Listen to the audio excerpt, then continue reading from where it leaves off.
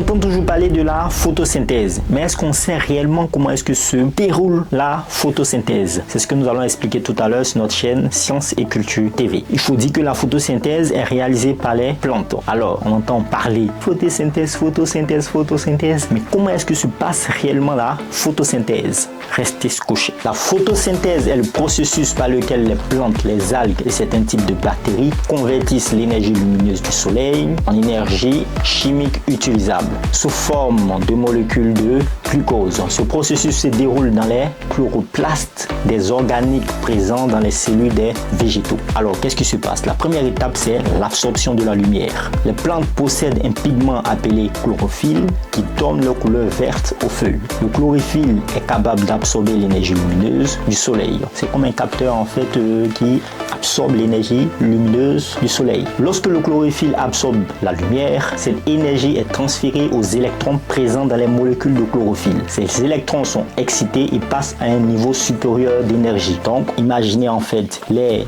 électrons sauter de palier en palier pour monter en niveau d'énergie. En fait, il faut savoir que les électrons aussi peuvent monter en grade. Donc, imaginez que vous êtes au premier étage et après vous montez au deuxième, au troisième, au quatrième et au cinquième. C'est un peu ça que les électrons font.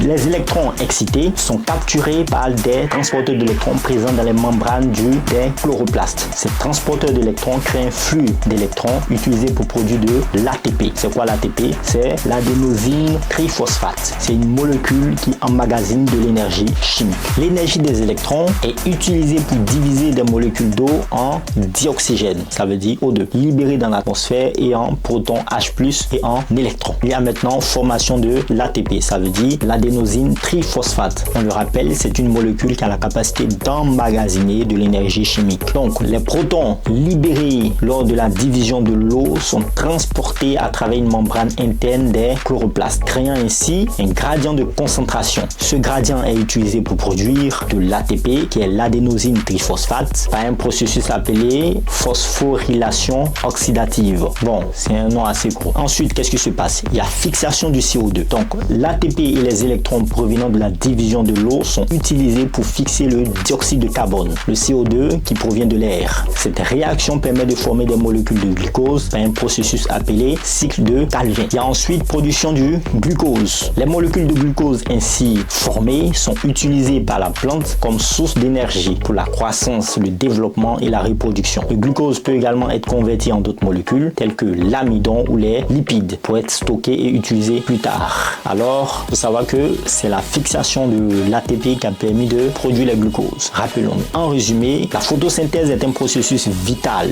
car il permet aux plantes de produire leur propre nourriture en utilisant l'énergie solaire. De plus, ce processus libère du dioxygène dans l'atmosphère, du O2, donc nous en avons besoin, indispensable à la respiration des animaux et à l'équilibre de notre planète. J'espère qu'on sait un peu plus sur la photosynthèse. D'ici là, portez-vous bien, faites le plein de savoir. Peace out.